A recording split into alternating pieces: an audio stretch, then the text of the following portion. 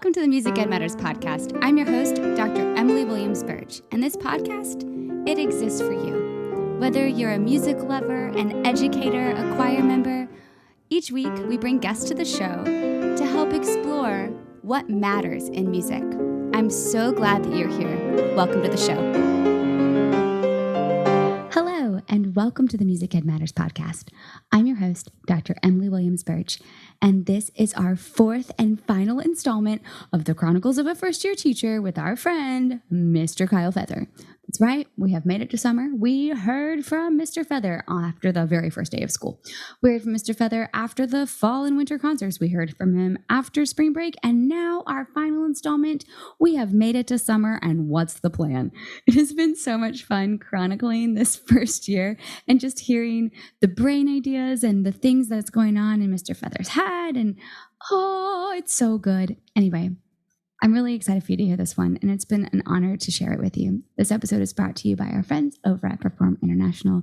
They make the episodes possible by providing the funding so that we can store them where they need to be stored and do all the things that go with making a podcast happen. We're also super thankful for our friends over at patreon.com/musicedmatters.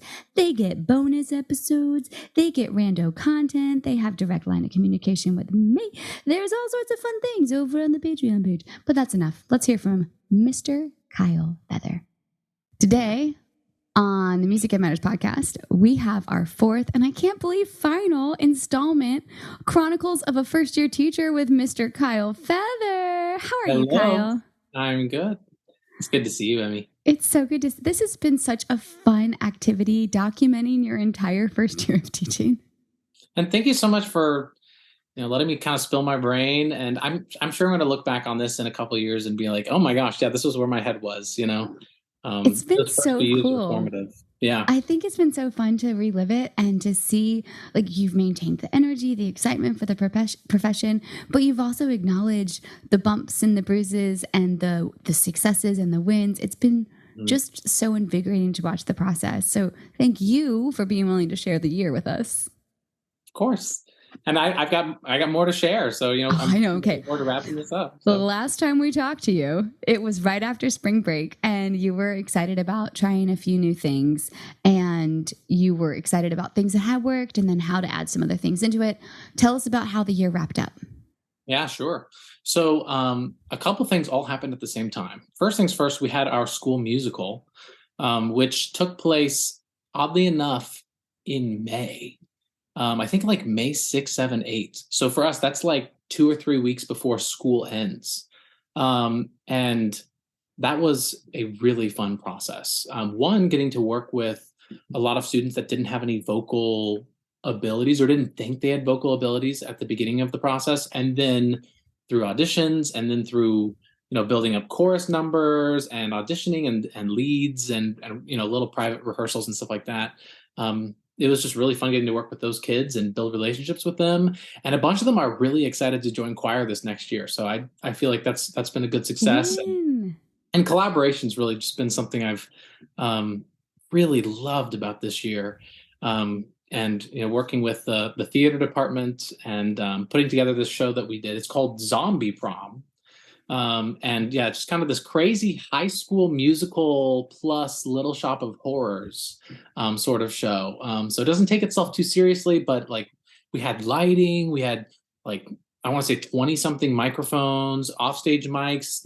It's in the round, smoke effects, and just a lot of really cool things to kind of cap off the year. And in that world, that's the after school world.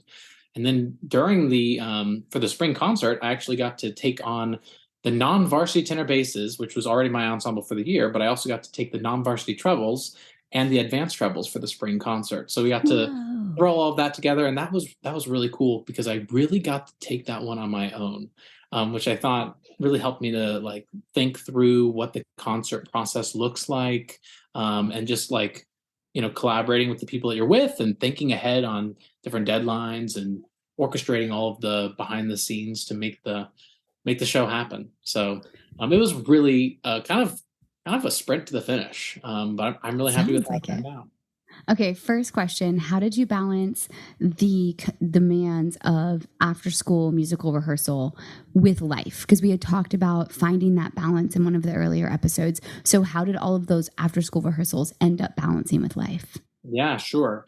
So something that like something that I tried to really do is make weekends a priority. I tried to push whenever possible, try to push rehearsals to be within the school week. So that whenever we'd get to a weekend, I'd have the opportunity to spend time with my now fiance, and just make sure that all of the bases are covered, and advocate for the parts of my life that are inherent to my emotional health, just as my job is important to me. So just trying to balance those things, I think, and trying to include, trying to as much as possible include the students in the rehearsal process and letting them take ownership over the rehearsals, so that once I had taught music, once that was taken care of, then they could kind of run some things on their own. And having some student directors and kind of assistant music directors that were students, I really think helped me to do that and gave me a little bit more time to keep things balanced. But yeah, What a great resource, too, to have that opportunity for student leadership and to train them how to help themselves. absolutely. Well, and the cast was really interesting because we didn't have, I think we had two seniors in the group, which is really exciting because we're not, from the theater department, we're not really graduating any kids, and we only are graduating one choir kid that did the musical. So being able to kind of set in stone that sort of foundation, so they can be excited about doing a musical next year, I think is going to be really special for them, and really helpful. So yeah. It's cool to see all these collaborations that you had spoken about in other episodes come to life, yes, in that sprint to the finish, but to see the success and how it is helping for recruiting for choir or helping to get more people excited about the musical next year, and that everything is an investment, but you still have to have balance. And that is such a great first year lesson. hmm And going into the summer, um, I've spent a lot of time. I've spent a lot of time doing like musical theatery stuff. I'm doing a couple of music camps right now, and balancing that this summer with weddings and whatnot is always, it's different. It changes up, the schedule and the pace is different. But I think just staying positive, trying to like have as many positive moments and balance moments, and finding time for the people that you have when you're with them is just super important, and something that I've been working on as I transition into kind of this weird sort of 2.5 month break. So Isn't it? The first summer is a little strange. Like, I feel the same way. I'm summering, quote, I have one of my girlfriends gave me a hashtag, summer so hard. She's like, uh-huh. you need to summer so hard. I'm like, okay, how does one do that? I've been failing. I've been podcast recording like every day and Uh-huh. editing and cleaning. It's been hilarious. But what are you feeling as you're going into your first summer? What are you hoping to accomplish over this summer? And how are you hoping to refresh and reset?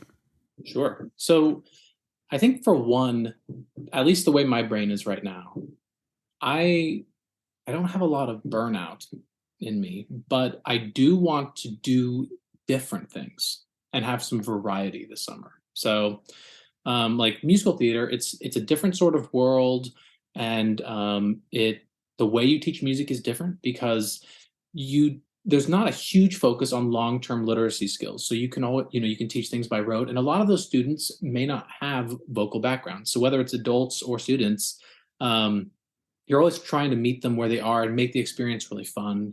And they're there because they want to be there too. So it's kind of a different experience, but it is also the same in some ways as well. So for me, having variety in what I do during the summer is really important, so that I can be hungry to teach choral music in just a couple weeks, and then also giving myself a little bit of time to like think about, just kind of assess like what went well, what things do I need to work on going into this next year, and how can I set myself up for more success through planning and preparation. So maybe the first 3 months of school or the first 6 months of school are going to be easier, and smoother for me.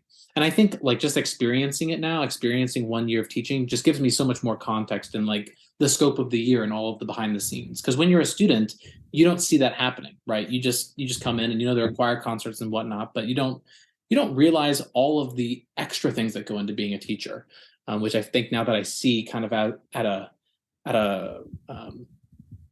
a forest level rather than at a tree level, I feel like I have a better perspective of how to pace things out across the year and stay excited and motivated as I continue through and have a more formulated plan that better meets students where they are. I'm so interesting that you say that because we often think, what else do we need to infuse into our methods classes to make sure that the student teachers are ready? But something like that forest view is so hard to instill. You don't know it until you do it. You don't know the rhythm of it, or you don't know all the things you're going to need. You have the tools, but it's a constant sharpening of that saw, which is why I love that you said that's what you want to work on. So what's your first little like project you want to sharpen between now and getting started? Sure. Well, the first thing is I had a non-varsity tenor bass choir this last year.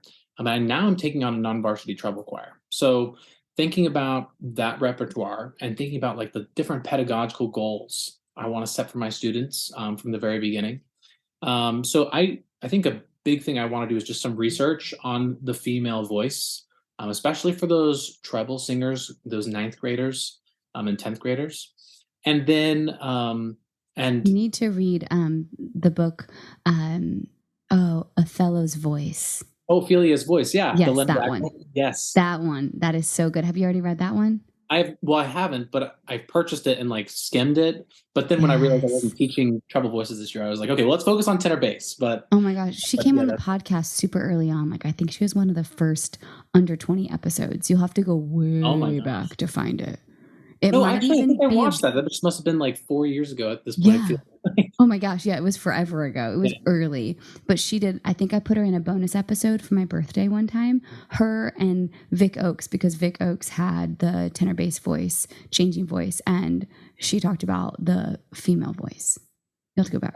That's great. Yeah. That's really what I need to do this summer. Like just dig into that repertoire, look at like what's suggested, and look for some like tried and true hits, I think, for the fall, so that my students can have some positive experiences. We can quickly build on that, because that's the thing. As a student, I didn't experience just treble choir. No, you didn't. That's a good point. ACDA has a great repertoire and resources department too, where you can go through and they have those reading lists of the tried and trues. But also, because you're doing treble, go look at the children's and youth resources, because some of those tried and true trebles will really work well as you're developing your trebles, especially your ninth graders. Those are some really good resources too. So don't just look at the women's choir or treble voice choir lists. Look at the children's and youth choir lists too. Gotcha. Absolutely. Great. And I know for a fact they have what they call war horses and tried and true lists. I don't know why that was a thing there for a while, but you go to a reading session, war horses and tried and true. I'm like, what even? What is that? Okay, so repertoire and research and getting ready for the pedagogical ideas for your new groups. What else? Well, I felt like this year, like at the beginning, I had a lot of different like games and like activities for building culture in the classroom. And I think that worked pretty well. But I just want to build on it for this next year and see if I can like integrate it more smoothly into the music making process. And also just working on like ironing out transitions, and just making, because with these 90-minute classes that I'm teaching every other day, the more that you can smooth out the way that class feels, the less lag time you have with those kids. So I think those are definitely the two things. And part of it is just being, a minute or 2 minutes ahead of where your kids are brain wise. And the more that I can have those things prepared and have alternative plans for, what things look like at different energy levels or during the day, if things take longer or shorter. I think those are definitely things I'm considering. And then I'm also thinking a lot about tone for this next year. So I think I'm gonna try and use either a 2-part piece or a unison piece, and just really work on that unison. Yes. Unison always makes magic happen. It's too easy for your choirs, but Wind on the Hill, no one can tell me. It is all these beautiful ooh vowels, and it's these beautiful long phrases. Benjamin Britten pieces are great for that too. Mm-hmm. There's so many ways, but I'm glad you're saying that. Have you read the portion in the back of there was like that big guide they put out on ACDA during the pandemic, and in the back, Judy Bowers wrote this massive just write up about teaching musical independence and vocal tone, and it is just so good. It's in the resource page of the of ACDA, but I'll put it in the episode notes so you can find it. Oh, great. Thank you. Yeah. Yeah. That's a I really good really need to take a resource. look at that.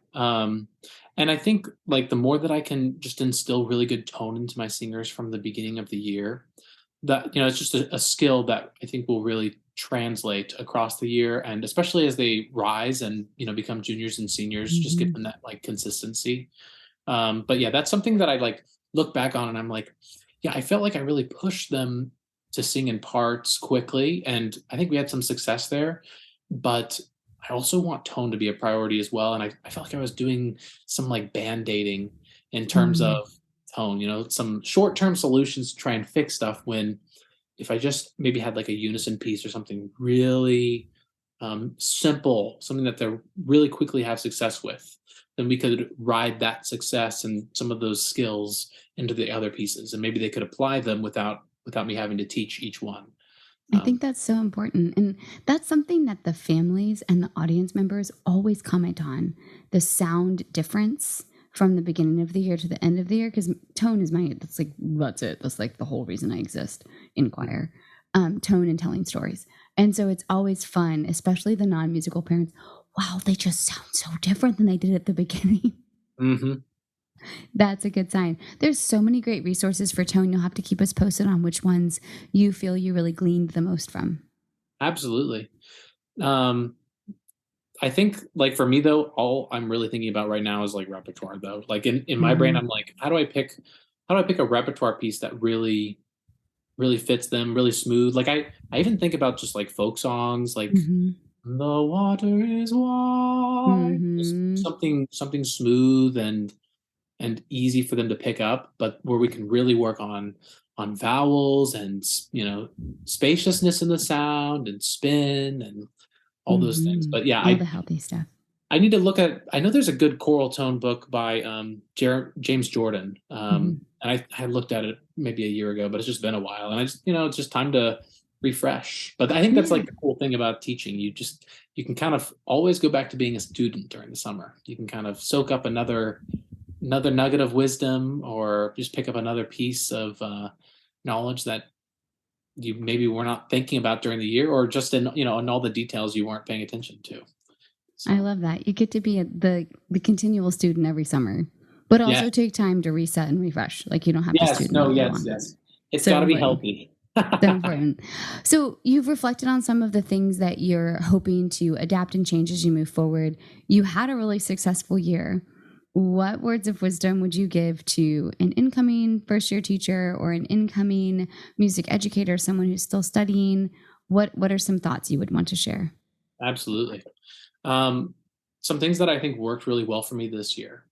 One was I made PowerPoint presentations of all of my class periods. And by me making a PowerPoint presentation, if I ever didn't know what to do next, all I had to do was just press the remote button in my pocket and it would just go to the next slide, which I think really helped me to not feel so like on the spot, especially for those long class periods, because you can feel like, oh my gosh, this is taking forever, or oh man, they accomplished this so quickly. So Right. just having that structure set in place was really helpful for my first year. Um, what else? Taking like concerts or big deadlines and having plans and deadlines ahead of time for where music should be, for like concert preparation, like setting things up, tear down, like all of like the behind the scenes, reserving the space, having them turn off the announcements speaker so it doesn't ping the passing period during something that takes place during the day. Um, just having like a checklist of things, I think worked really well for me as well. So I'd probably think about those. I think those two things are big ones for Yeah. sure. And those are all thought organizational things, all of the non-musical. And you kind of referenced that at the beginning that there's just so much not music stuff that you have to do. What were some of the most surprising tasks or non-musical things that caught you this year? Oh gosh. Um, I don't think it was. So I think there are things that you expect, like um, like communication, right? Or like um, yeah, talking about what a concert looks like. So sending out information and whatnot. There are things that you expect, but when you serve a wide range of students, you need to over communicate in these whenever you're giving out information so that all students have the ability to be successful and the opportunity to be successful. Um, in some of my in some of my growing up, like I'd get an instruction one time or maybe twice. And where I teach right now, if I do that, my students are not always successful. One, because they're not always there in class, but two, different Mm-hmm. communication strategies work well or poorly for students. So I think just being overly communicative is um, definitely what I did not expect, but very important. And if you're overly communicative, the worst that you can be is annoying, right? But if you're not communicative enough, then it can really cost you. You know, students may not show up to a concert, or they may not be prepared on their notes and rhythms for the next day. So it can cost you a lot more than just being annoying, which I feel like you can fix pretty easily if you just get to know the students. So So, I mean, I'd rather be over communicative than have any of those things happen. That's a good line, though. Worst will be is annoying. I mean, it's the worst you can be. So Did you um, use just email to communicate with them, or did you end up using any type of other program? I use Remind. Um, the choir program also uses S'more, so that just like sends out weekly emails with like updates on deadlines and stuff. I think S'more works really well. I think S'more works really well with parents, and Remind works really well with students. Mm-hmm. But not all students have phones, Right. so you can't. That's where the overly communicative comes in. You have to, if you have one message, you need to send it out in four different ways to four different types of people. You know what I'm saying? So Mm-hmm. everything that you do needs to be flexible, I think, to adequately involve everyone that you can and be equitable and support all of the different people that need that communication. It's so exciting to hear that you have vision, direction, and ideas for going from here. I can't wait to watch what happens with your career. I mean, I'm just excited for year two. All these people say, oh man, you're going to be burnt out after year one. I felt like year one was amazing. Like I'm really grateful for my experiences and all that I've learned and all the people I've met and, getting to meet even more people next year, new students. It's going to be really exciting, I think. So, Oh, you're going to have to keep us all posted. It has been just a joy to experience it all with you. well, and I thank you so much for the opportunity to kind of, come on and spill my guts. And I think everyone like looks back on their first year of teaching, and I think I'm pretty fortunate in that I can like look back and really know where my head is, really know what I was going through and, all the ups and downs and Yeah. this conversation. So, thanks for kind of being this bookmark in my professional, career and life. And, hopefully all of the listeners and, all of your students, everyone that is watching has the opportunity to learn from this and kind of go, yeah, this is kind of what a first year teacher looks like. This is kind of where their head is, and maybe they're really excited, but there's also a lot of things they don't know, so you have to Mm-hmm. like, stay positive, but realize it's not, I was just saying this to one of my best friends. It's not playing the short game. It's not the year to year. It's thinking about the longitude of your career. So how do you set in place the habits so that you can be successful in 30 years from now, or 15 years from now, or 10 years from now? And I think that's what I'm trying to do. Trying to get my feet on solid ground and then learn as much as I can. So, You're doing great. You're doing so good. We've already talked about a book in this episode, mhm. the Lynn Gackle book. Is there any organization that you want to highlight before we wrap up with our final question? The teaching, I believe it's Teaching Music Through Performance in Choir series. Hmm. I've found that really successful for like a good starting point for thinking about repertoire. Yeah, Um, those are good. Those are good series. if there was anything I really wanted to support, it would be that, just because the way that the book is structured is really interesting because it gives you all these resources, but then it breaks down the music, and kind of explains the different components, the different things that you'll struggle with or quickly accomplish. And I think in reading that book, and like looking for ideas, I realized this is where my head needs to be in 10 years or in 15 years. Like Mm. when I look at a piece and when I spend some time with a piece, that I can really think through, like, obviously the period and all of the different conventions, but also thinking, being able to quickly look at a piece and go, oh yeah, we're going to struggle with this section. That's 6/8. This is our first 6/8 piece with these singers, or they've only done one 6/8 piece before, and this is a slow 6/8, so it's going to feel different. And I think just having that quick knowledge helps. It's interesting because it is a helpful resource, but it also helps me to have some trajectory for how I should approach looking at repertoire. So that's definitely something I would suggest. You have such good long game. Okay, so talked book, we've talked about organization. What's the one thing that really matters in your fourth and final installment of our Chronicles of a First Year Teacher? I know, hardest question ever. One thing that really matters.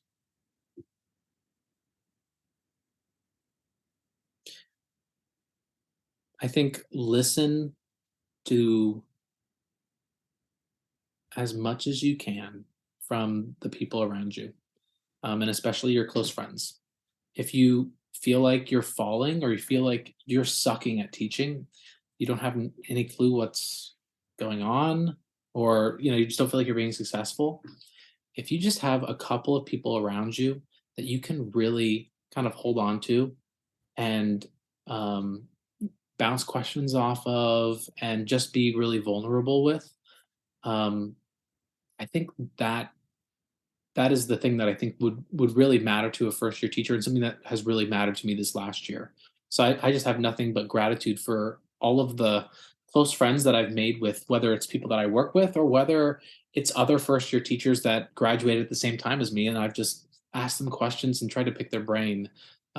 Just surround yourself with the people that love you and support you and care about you, so that when you deal with the trials and tribulations of teaching, you have something to lean on and someone to lean on.